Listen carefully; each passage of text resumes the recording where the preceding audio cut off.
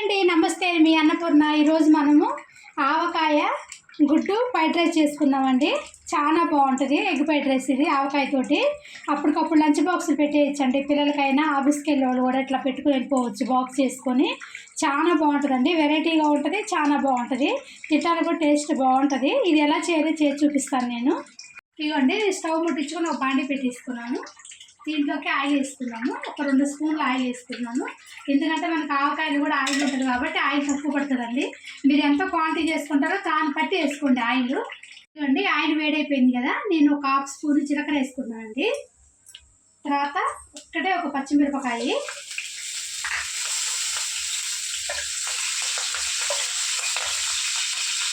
తర్వాత ఒక 2 రెబ్బల కరివేపాకండి.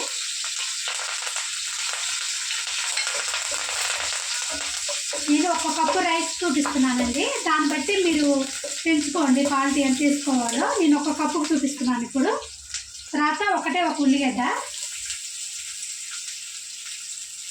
ఉల్లిపాయ ఎక్కువ వేపుకోవద్దండి, కొంచెం లైట్గా వేగిపోతే సరిపోతుంది. మనకి ఫ్రైడ్ రైస్ కదా, కొంచెం పచ్చి అక్కడ తగులుతూ ఉంటేనే టేస్ట్ బాగుంటుంది. కొంత కింద పడి తినేటప్పుడు లైట్గా ఫ్రై చేసుకోండి, ఎక్కువ ఫ్రై అవసరం లేదు అండి. ఇప్పుడు కొంచెం అంతా అల్లం పేస్ట్ వేస్తున్నాను, ఒక 1/2 స్పూను అల్లం పేస్ట్ కూడా కొంచెం బాగా ఫ్రై చేసాం. అల్లం పేస్ట్ వేగిపోయిందండి. ఒక చిటికెడు పసుపు వేసుకున్నాను కలర్ కోసము.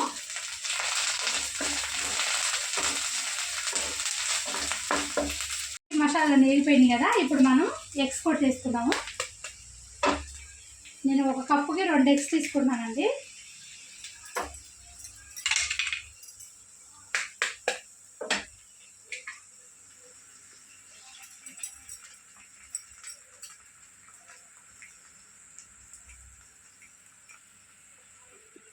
మనం ఎగ్స్ వేసినాక 1 నిమిషం కలపొద్దండి, కొంచెం వేగనిద్దాము.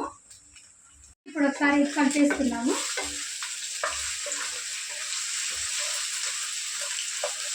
మరి చిన్న కట్ చేసుకోవద్దండి, కొంచెం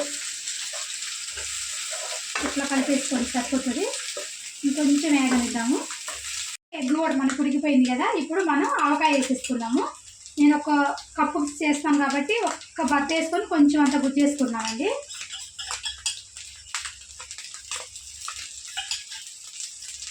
ఒకసారి కలిపేసుకున్నాము ఆవకాయని కూడా.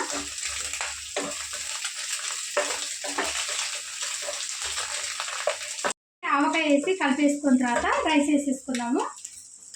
నేను ముందుగానే ఉడికి పెట్టేసుకున్నానండి రైస్ మొత్తం వేసి కలిపేసుకున్నాము.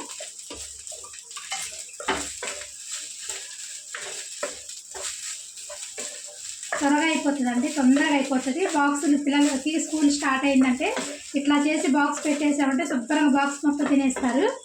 ఆఫీస్కి వెళ్ళేటప్పుడు ఇట్లా చేసుకుని వెళ్ళిపోవచ్చు అండి, తొందరగా అయిపోతుంది, టేస్ట్ కూడా చాలా బాగుంటుంది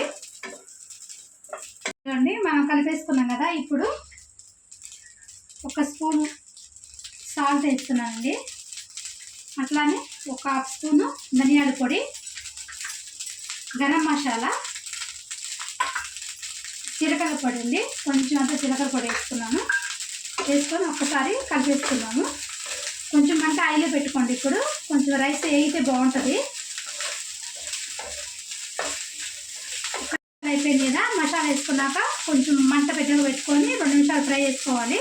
రైస్ కూడా వేసుకోవాలండి. తర్వాత కొత్తిమీర వేసేసుకొని మనం గ్యాస్ బంద్ చేసేసుకున్నాము.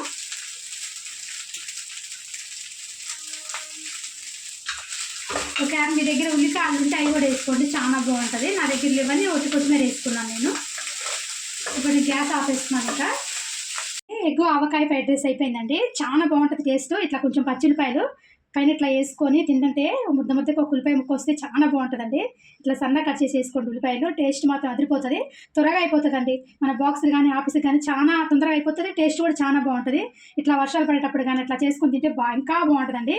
మీకు నచ్చితే మాత్రం ట్రై చేయండి. లైక్, షేర్, సబ్స్క్రైబ్ అవ్వచ్చు ఛానల్. ఇలాంటి మనం రెసిపీస్ కోసం గంట సినిమాలు కూడా మర్చిపోకండి. బాయ్.